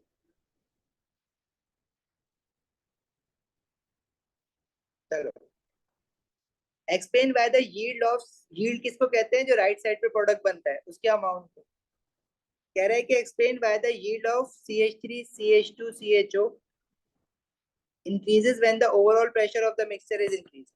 So how come pressure affects the position of equilibrium? We have to see the number of moles of gases. Left hand side पे we have 1 mole of gas of ethene, 1 mole of carbon monoxide, 1 mole of hydrogen. There are total of 3 moles of gases on the left hand side of the equation. Right hand side पे जो हमारे पास aldehyde बना है वो भी gas form में बना है, तो उसका सिर्फ 1 मोल है। तो number of moles of gases on the right hand side are lesser या fewer. so increase in pressure shift the position of equilibrium towards the side where number of moles of gases are fewer. So in this case, for this reversible reaction, pressure increase करोगे तो position of equilibrium right पे जाएगा तो yield बढ़ जाएगा, product ज्यादा बन रहे हैं ना। explain why the yield increases. बस आपने ये बताना है कि number of moles of gases on the right hand side fewer है, लेफ्ट हैंड साइड पे ज्यादा है।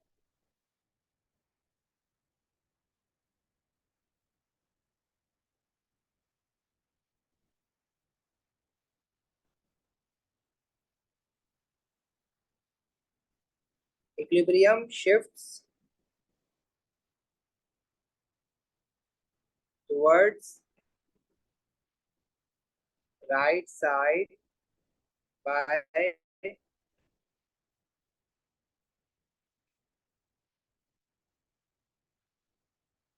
increasing pressure as number of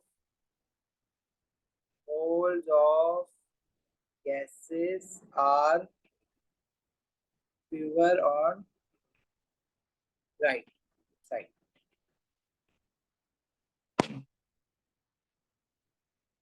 चले भाई आगे।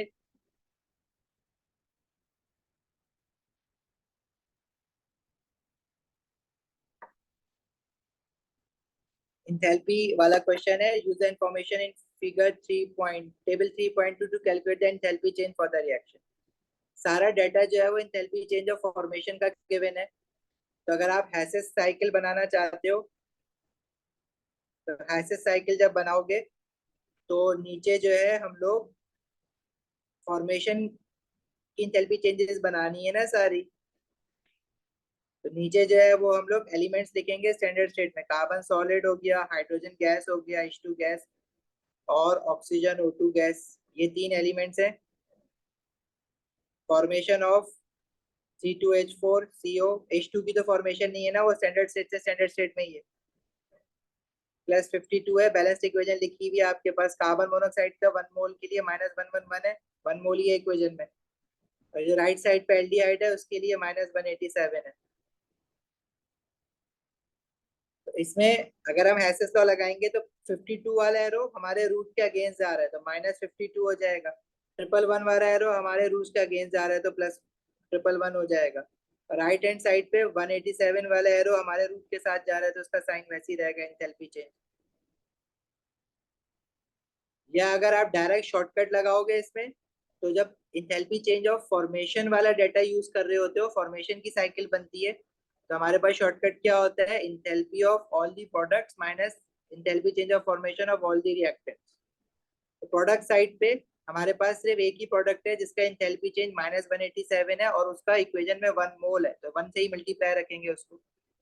और रिएक्टेंट साइड पे C2H4 है 1 मोल तो 1 इंटू +52 और कार्बन मोनोऑक्साइड है 1 मोल तो 1 इंटू -111. दोनों केसेस से सेम ही आंसर आएगा आपके पास. हाँ अशर बॉक्स में XYZ भी लिख तो चल जाएगा. अगर आप ये ना भी बनाओ ऐसे साइकिल और राइट साइड पे जो मैंने काम किया है वैसे कर दो तो भी आंसर सही आएगा. जब सारे एरो साइकिल में ऊपर जा रहे होते हैं तो प्रोडक्ट माइनस रिएक्टेंट कर देते हैं. जब सारे नीचे आ रहे होते हैं तो रिएक्टेंट माइनस प्रोडक्ट कर देते हैं. और बॉन्ड इंथैल्पी के लिए भी रिएक्टेंट माइनस प्रोडक्ट करते हैं लेकिन उसमें पे बॉन्ड इंथैल्पी का साइन कोई नहीं रखेंगे आप. साइन क्या आ रहा है इसका आंसर बताओ. -128 किलो जूल पर मोल.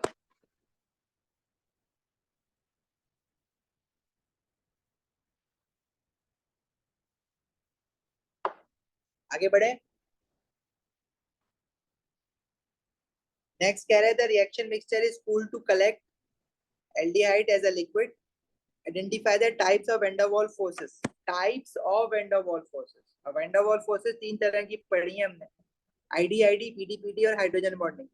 तो एल्डिहाइड में हाइड्रोजन डायरेक्टली बॉन्डेड तो नहीं है विद ऑक्सीजन तो हाइड्रोजन बॉन्डिंग तो नहीं होगी. तो बाकी की दोनों टाइप होंगी. इंस्टेंटेनियस डायपोल तो सब में ही होता है ना. इसमें क्योंकि परमानेंट डायपोल्स भी है कार्बन और ऑक्सीजन के ऊपर तो परमानेंट डायपोल डायपोल भी होगी. Instantaneous dipole, induced dipole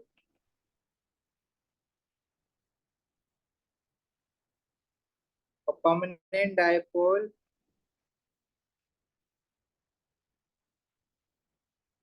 permanent dipole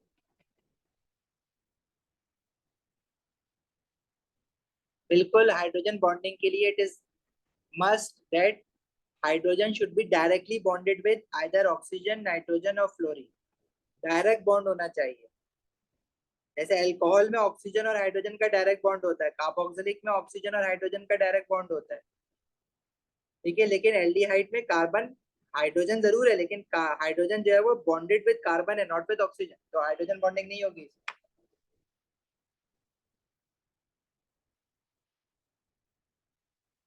ठीक है आगे बढ़े. आई थिंक एक क्वेश्चन और होगा इसमें, मार्क्स पूरे नहीं हुए अभी. क्वेश्चन 4 में ऑर्गेनिक सिंथेसिस हुई हुई है और अगर हम देखें तो figure 4.1 show some reactions of compound D. Compound D is bromobutane, 2 bromobutane. चलो आंसर पढ़ने से पहले जरा ब्रेनस्टॉर्म करें इस ऑर्गेनिक सिंथेसिस में कौन से स्टेप में क्या हुआ है. अगर मैं आपसे पूछूं रिएक्शन 1 में क्या हुआ है, रिएक्शन 1 जो है वो एलिमिनेशन रिएक्शन है. जब आप हेलोजन एल्केन को उसमें से ब्रोमीन और हेलोजन और जो बराबर वाला कार्बन है उसमें से हाइड्रोजन रिमूव हुआ है, कार्बन कार्बन डबल बॉन्ड बना है। तो इसके लिए रिएजेंट्स क्या लेते हैं हम लोग? सोडियम हाइड्रोक्साइड लेते हैं, लेकिन इथेनॉल में इथेनॉलिक सोडियम हाइड्रोक्साइड। एक्वस लोगे तो न्यूक्लियोफिलिक सब्स्टिट्यूशन होगा, अल्कोहल बनेगा। और हीट अंडर रिफ्लक्स करा था इसमें हमने, ये रिएक्शन एल्कीन्स में पढ़ा था, ठीक है। और हेलोजन एल्केन्स में भी पढ़ा है हमने, ये रिएक्शन एलिमिनेशन रिएक्शन है। ई से एडिशन पॉलीमर बना है, कंडेंस एडिशन पॉलीमराइजेशन, इसका जो ये बना है ये ब्यूटूइन है ना।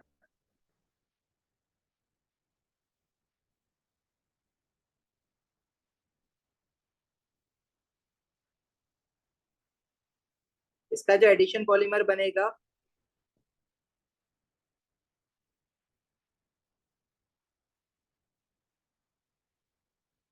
वो इस तरह से बनेगा, पॉलीब्यूटूइन कहेंगे इसको।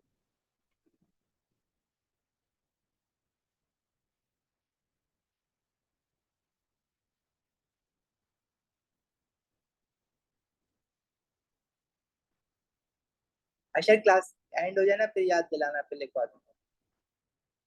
देखो आईडी आईडी पीडी पीडी लिख सकते हैं, लेकिन मार्किंग की में ना कभी कभार वो पूरा नाम लिखता है, कभी कभार वो आईडी आईडी पीडी पीडी लिख देता है, कभी कभार नहीं लिखता वो आईडी आईडी पीडी पीडी। तो मैं कहता हूँ रिस्क ना लो, आप पूरा लिख दो। अच्छा जी, रिएक्शन 2 में क्या हुआ है? सिल्वर नाइट्रेट इथेनॉल में डाला है, तो सिल्वर आयन जो है वो ब्रोमाइड आयन को हटा के क्या बनाएगा? Silver bromide. Hydrolysis of night halogen alkane है, तो सिल्वर ब्रोमाइड बनेगा इसमें, जिसके येलो पीपीटी होंगे।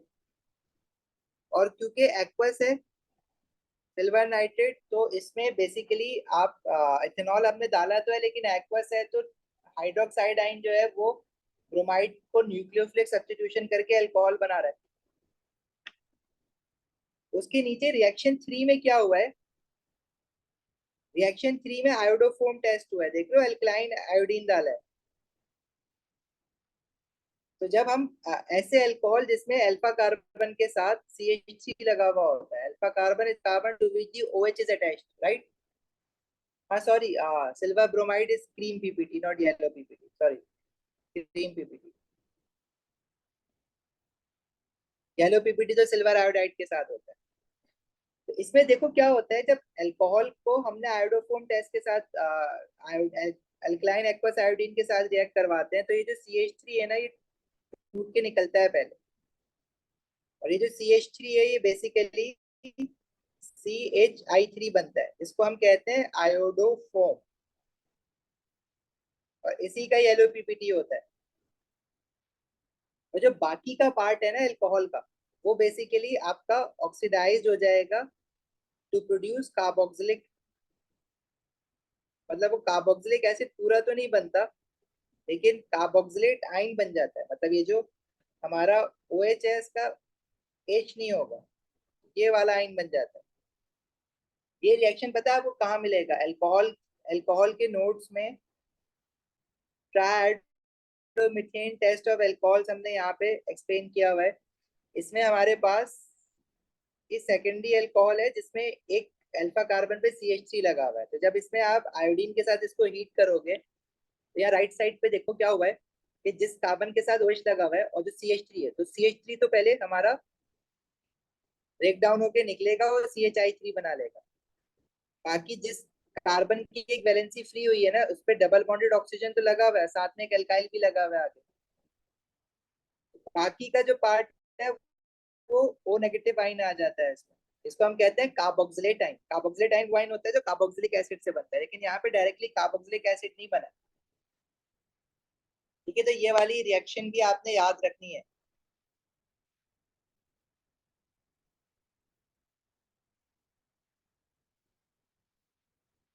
अगर मैं इस पर्टिकुलर क्वेश्चन के लिए आपसे इस कार्बोक्सिलेट आइन का नाम पूछ लूं, तो इसमें कितने कार्बन है? 1 2 3।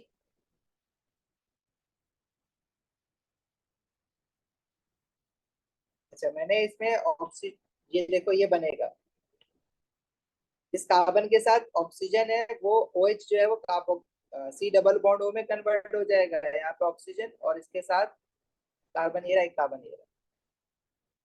तो ये 3 कार्बन एटम वाला कार्बोक्सिलेट आयन बना है, जिसको हम क्या कहेंगे, प्रोपेनोएट आयन। प्रोपेनोइक एसिड से जो आयन बनता है वो प्रोपेनोएट होता है ना। 3 कार्बन एटम वाला कार्बोक्सिलिक एसिड का आयन कार्बोक्सिलेट आयन है, that is propanoate ion. Reaction 4 में क्या हुआ है, आपने हेलोजन एल्केन में पोटेशियम साइनाइड डाला है इन इथेनॉल, तो न्यूक्लियोफिलिक सब्स्टिट्यूशन होगा, ब्रोमीन की जगह साइनाइड आयन लग गया, तो हमारा नाइट्राइल बन गया। सही है। उसके बाद आपने LiLH4 डाला है, जो कि रिड्यूसिंग एजेंट है, रिडक्शन होगी तो जब नाइट्राइल्स की रिडक्शन करते हैं तो अमाइन बनते हैं। नाइट्राइल की हाइड्रोलिसिस करोगे तो कार्बोक्सिलिक एसिड बनता है। मतलब अगर मैं नाइट्राइल्स को एसिड के साथ हीट करूंगा, like HCl, heat under reflux करेंगे, तो इसमें ये जो CN है वो कार्बोक्सिलिक फंक्शनल ग्रुप में कन्वर्ट होता है। लेकिन अगर रिडक्शन करोगे नाइट्राइल की तो अमाइन बनेगा, नाइट्रोजन हटेगा, इसके साथ NH2 लग जाएगा। दोनों रिएक्शन याद रखना है।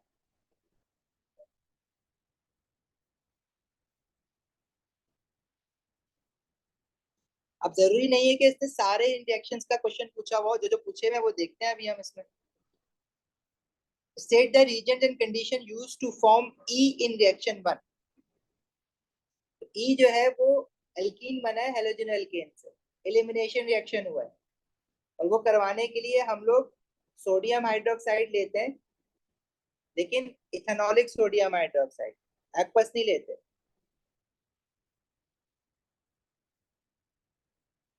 इथेनॉलिक सोडियम हाइड्रोक्साइड एंड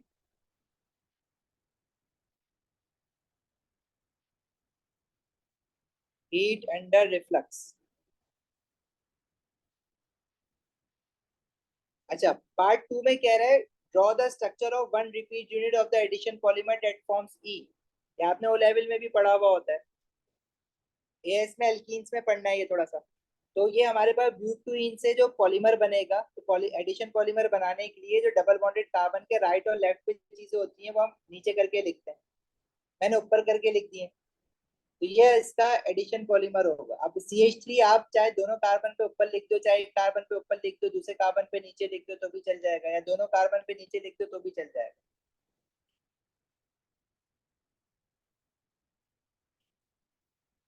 तो वो कह रहा है एक रिपीट यूनिट दिखाना है मुझे बस। तो मैं रिपीट यूनिट का जब कहते हैं ना तो हम कंटिन्यूटी बॉन्ड दिखाते हैं, बस ये एन लिखने की जरूरत नहीं। और कंटिन्यूटी बॉन्ड आप डॉटेड लाइन से दिखाते हो, कार्बन कार्बन डबल बॉन्ड खत्म कर देना।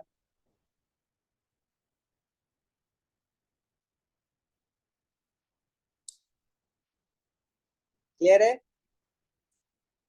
आगे कह रहा है ई also forms when F is heated strongly in the presence of aluminium oxide. Aluminium oxide भी हमारे पास अल्कीन बनाने के लिए यूज होता है। मतलब ई से वो कह रहे हैं, देखो अगर हमारे पास कोई अल्कोहल होता है ना, अल्कोहल की जब हम डिहाइड्रेशन करवाते हैं, मतलब अल्कोहल में से अगर मुझे OH फंक्शनल ग्रुप को निकालना है, तो OH और उसके बराबर वाले कार्बन का हाइड्रोजन निकलेगा, तो ये क्या बना लेता है, अल्कीन। ये काम करवाने के लिए हम दो चीजें यूज कर सकते हैं, एक तो कंसंट्रेटेड सल्फ्यूरिक एसिड,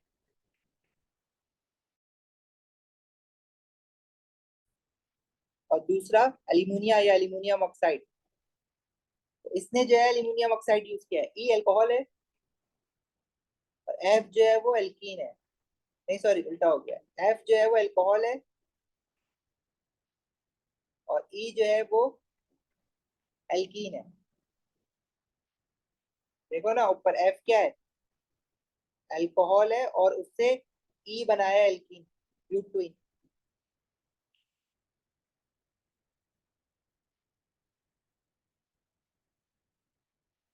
क्वेश्चन क्या पूछा था, क्वेश्चन में कह रहा था right an equation for this reaction. तो अल्कोहल से आपने बनाया है एल्कीन, तो इक्वेशन क्या होगी इसकी, ये जो अल्कोहल हमारे पास है, F जो है वो CH3 CH CH2 CH3 butane 2 all है और उससे ब्यूटीन बना है। मतलब ब्यूटेन 2 ऑल आप चाहो तो ऐसे स्ट्रक्चर फॉर्मूला लिख दो। और एल्यूमिनियम ऑक्साइड से जब रिडक्शन हुई है, aluminium oxide as a catalyst use हो रहा है। कैटलिस्ट तो मैं एज अ रिएक्टेंट नहीं लिखूंगा ना। और इससे ब्यूटीन बना है। और ब्यूटीन जो है वो ऐसा ब्यूटीन बना है, ब्यूटुइन बना है ना। सेकेंड और थर्ड कार्बन के बीच में डबल बॉन्ड है इसमें। अब इक्वेशन में उसने कुछ कहा हुआ नहीं है मुझे कि मॉलिक्यूलर फॉर्मूला लिखना है या नहीं लिखना है, तो मैंने ना स्ट्रक्चर फॉर्मूला की फॉर्म में लिख दिया। लेकिन जब H और OH रिएक्ट होके निकलेगा तो वाटर भी बनेगा, तो इसमें वाटर का मॉलिक्यूल भी आएगा। अगर आप मॉलिक्यूलर फॉर्मूला लिखना चाहो इक्वेशन में, तो मॉलिक्यूलर फॉर्मूला की टर्म्स में भी लिख सकते हो भाई। ब्यूटेनॉल, ब्यूटेन 2 ऑल है तो उसका फॉर्मूला हो जाएगा C4H9OH।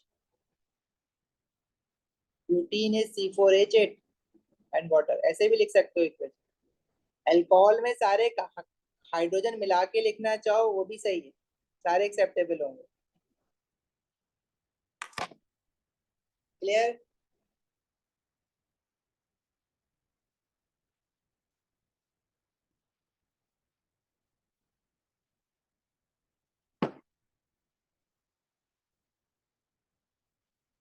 आगे बढ़े।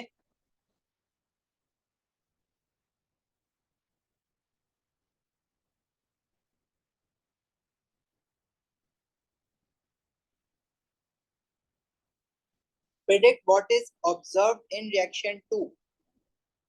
क्या हुआ था रिएक्शन 2 में? रिएक्शन 2 में हमने ब्रोमो 2 ब्रोमो ब्यूटेन में सिल्वर नाइट्रेट डाला था, तो सिल्वर ब्रोमाइड बनेगा, उसका क्रीम पीपीटी बनेगा। तो आपको क्या क्या दिखेगा? क्रीम पीपीटी दिखेगा इसमें।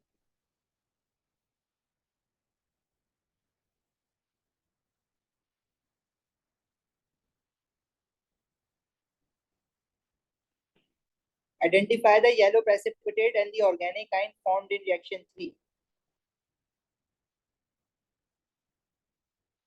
अच्छा जी, रिएक्शन 3 में,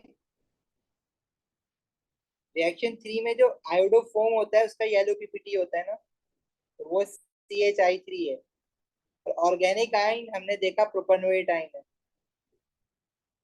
पूछा हुआ है ये इसने क्वेश्चन में। समझ आ गई ये बात इसकी?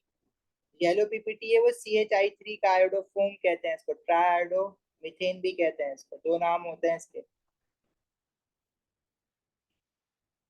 टेस्ट का नाम भी हमने आयोडोफोम, और अगर सिस्टमेटिक नेम लिखोगे तो 3 आयोडीन एक ही कार्बन पे है ना, ट्राई आयोडो मीथेन।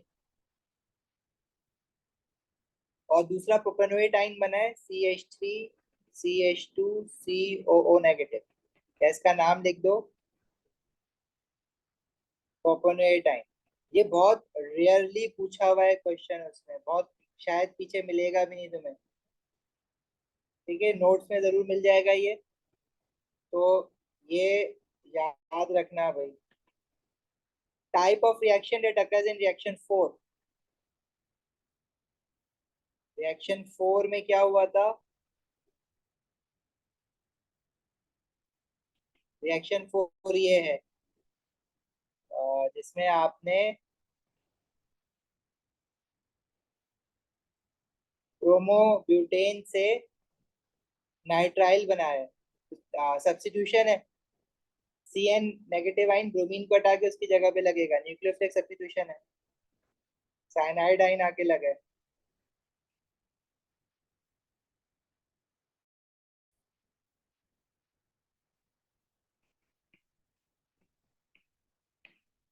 आगे है reaction 5 is similar to the reaction of LiLH4 with carboxylic acid to form alcohols. Suggest the role of LiLH4 in reaction 5। भाई रिड्यूसिंग एजेंट है तो एज अ रिड्यूसिंग एजेंट ही use होगा। देख लेते हैं एक बार रिएक्शन 5। साइनाइड को अमाइंस में कन्वर्ट करने के लिए जब हम LiLH4 यूज करते हैं तो रिडक्शन ही होती है। तो LiLH4 as a reducing agent ही काम कर सकता है।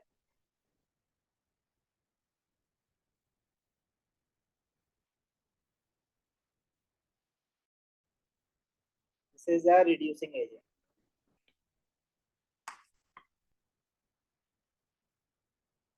क्लियर है?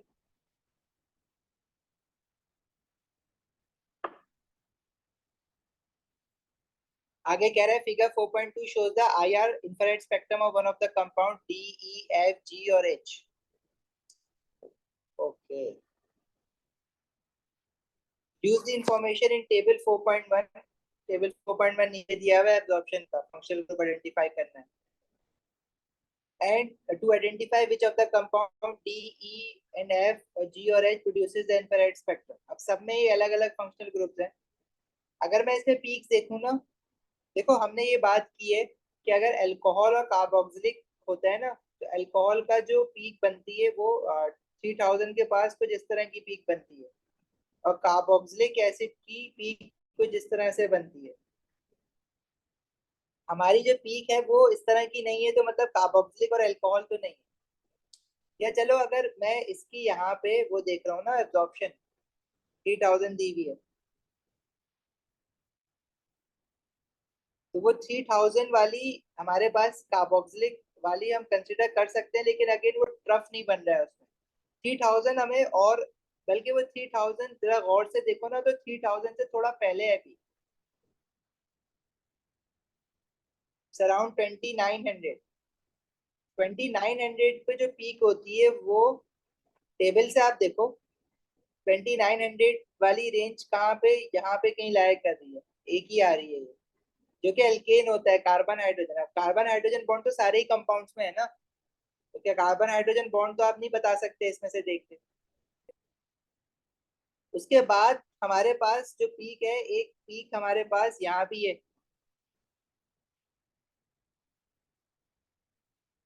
जो 2000 के बाद बन रही है, 2200 और 2300 के बीच में बन रही है। और जो 1500 से पहले वाली पीक है, वो 1500 से पहले वाली पीक हम यूजुअली कंसीडर करते नहीं है, लेकिन 2100 और 200 के बीच में जो पीक बन रही है ना, उनको भी जरा हम कंसिडर करेंगे।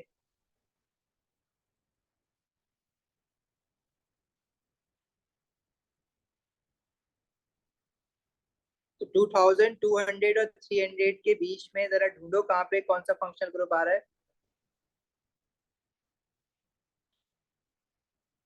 देखो ये आ रहा है, यही आ रहा है बस,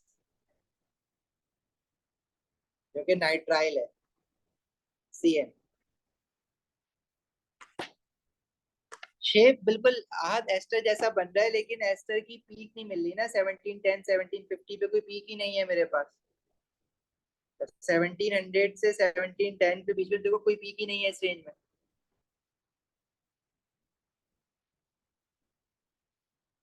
1500 वाली पीक जो है ना, वो बहुत सारे फंक्शनल ग्रुप की मिक्स होके आ रही होती है, इसलिए वो हम लोग पीक कंसिडर कर नहीं रहे होते। लेकिन अगर आप कर भी लो, तो ये हमारे पास 1500 से जस्ट बिफोर आ रही है।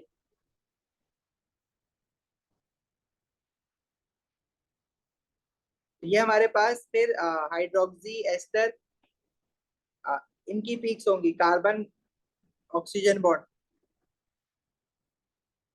लेकिन वो पीक जो है वो 1300 तक ही खत्म हो गई है। तो 1300 से 1500 के बीच में हमारे पास कोई एसएच पीक है ही नहीं।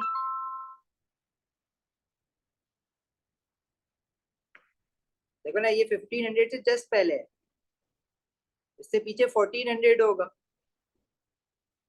यहाँ पे तो हमारे पास पीक्स है नहीं ना। और यूजुअली 1500 से पहले वाली पीक कंसिडर ना करो तो सारे आंसर निकलेंगे आपके। 1500 के बाद जो पीक्स है ना, उन्हीं को देखना होता है। अक्सर तो लिख देता है क्वेश्चन में वो। ठीक है, तो ये जो फंक्शनल ग्रुप आ रहा है हमारे पास, ये क्या आ रहा है, नाइट्राइल आ रहा है, CN, carbon nitrogen triple bond. क्योंकि इसकी जो एब्जॉर्प्शन है वो है absorption in between.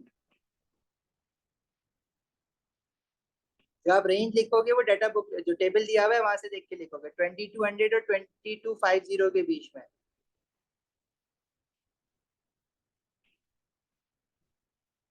Centimetre inverse unit absorption पर।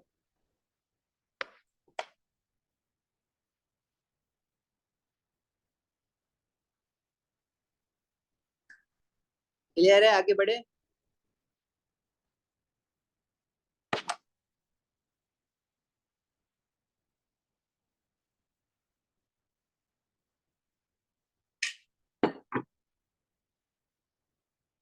चलो भाई, आगे कह रहे हैं the mass spectrum of D, the relative abundance of the molecular ion peak is 3.4।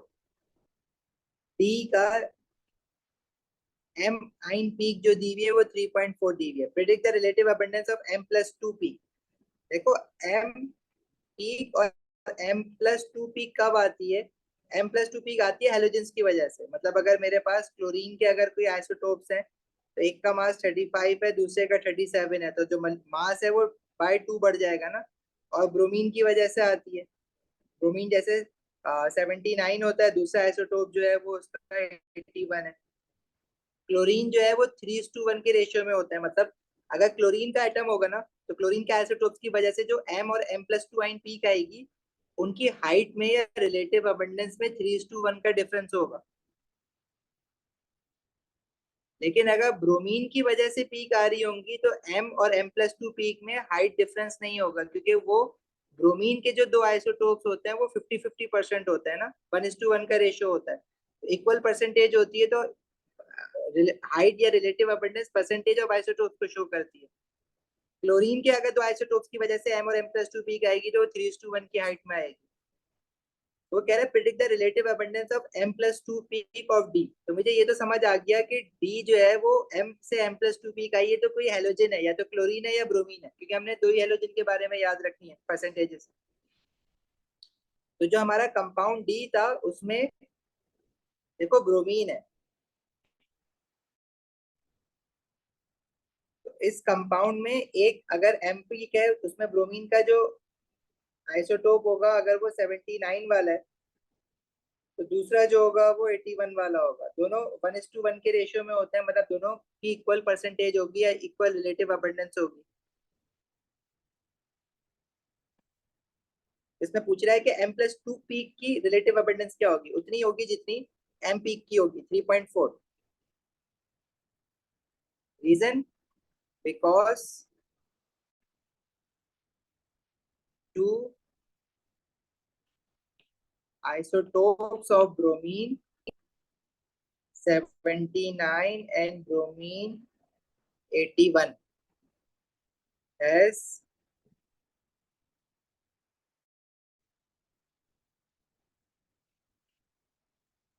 relative abundance of 1:1। मतलब 50-50% होते हैं दोनों। और क्लोरीन के 75-35 होते हैं। ठीक है भाई, चलो खत्म हो गया है पेपर। थोड़ा मुश्किल था आखिर वाला पार्ट इसका। अभी फिलहाल जा सकते हो आप लोग। दुआ में याद रखना। आज नेक्स्ट स्केड्यूल जो होगा वो आई थिंक हमारा आज मंडे से जो होगा नया स्केड्यूल, मैं आपको शेयर कर दूंगा।